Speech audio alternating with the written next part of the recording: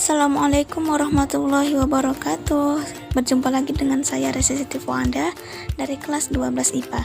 Nah, jadi di sini saya akan menjelaskan tentang mutasi virus corona. Yang pertama kita jelaskan adalah pengertian dari virus corona tersebut. Virus corona itu merupakan keluarga besar virus yang menyebabkan penyakit pada manusia dan hewan.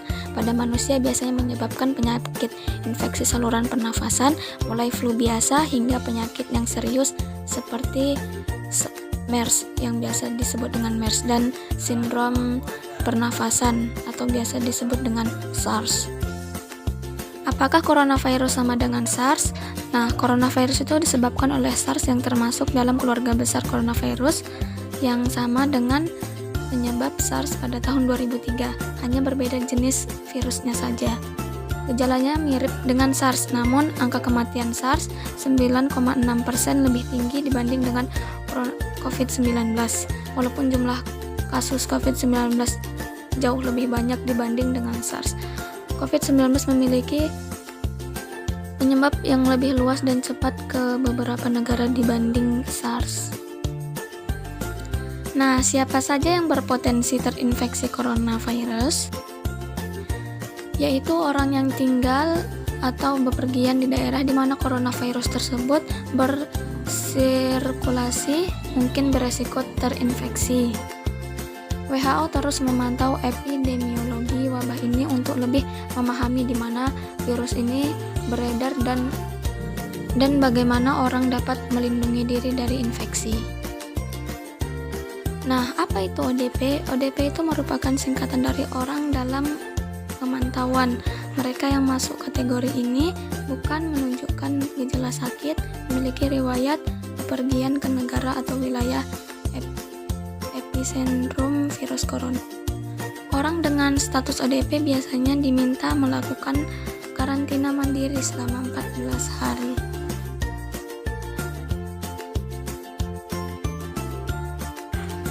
Bagaimana virus corona ini menyebar? Nah, virus corona ini menyebar terutama melalui kontak dengan orang yang terinfeksi melalui tetesan yang berasal dari batuk atau bersin atau melalui tetesan air liur atau keluarnya dari hidung. Penting bahwa setiap orang memperhatikan kebersihan pernapasan yang baik. Nah, kayak mana caranya itu?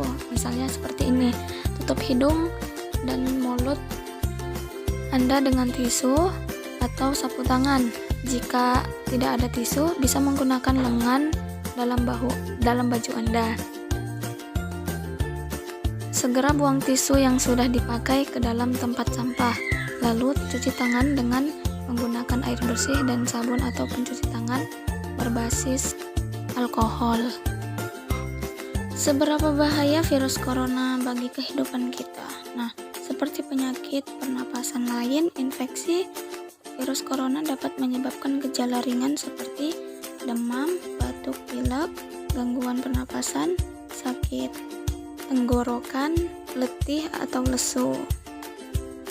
Nah, kondisi ini bisa menjadi lebih parah lagi bagi beberapa orang dan dapat menyebabkan kesulitan bernapas.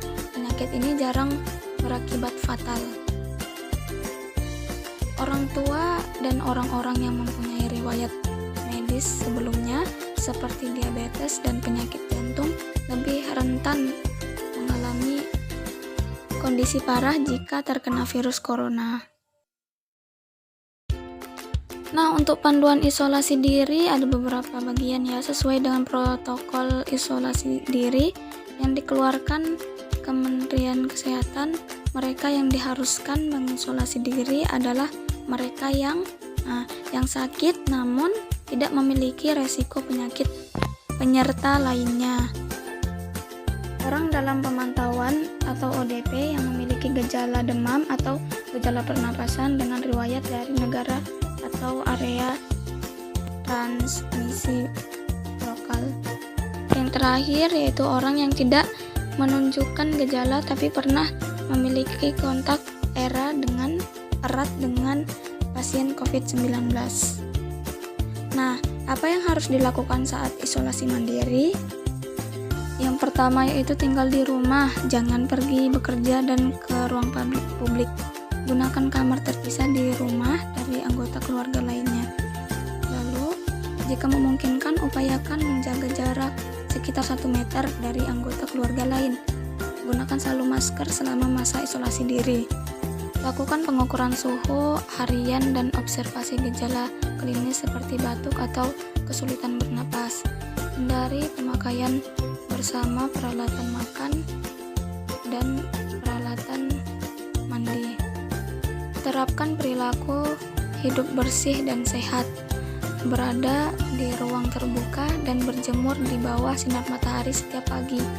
Jaga kebersihan rumah dengan cairan disinfektan. Yang terakhir yaitu segera hubungi fasilitas pelayanan kesehatan jika sakit memburuk untuk dirawat lebih lanjut. Terima kasih, itulah tadi penjelasan tentang mutasi virus corona dari saya, Resesitif Wanda. Apabila ada salah atau kekurangan, saya mohon maaf. Wassalamualaikum warahmatullahi wabarakatuh.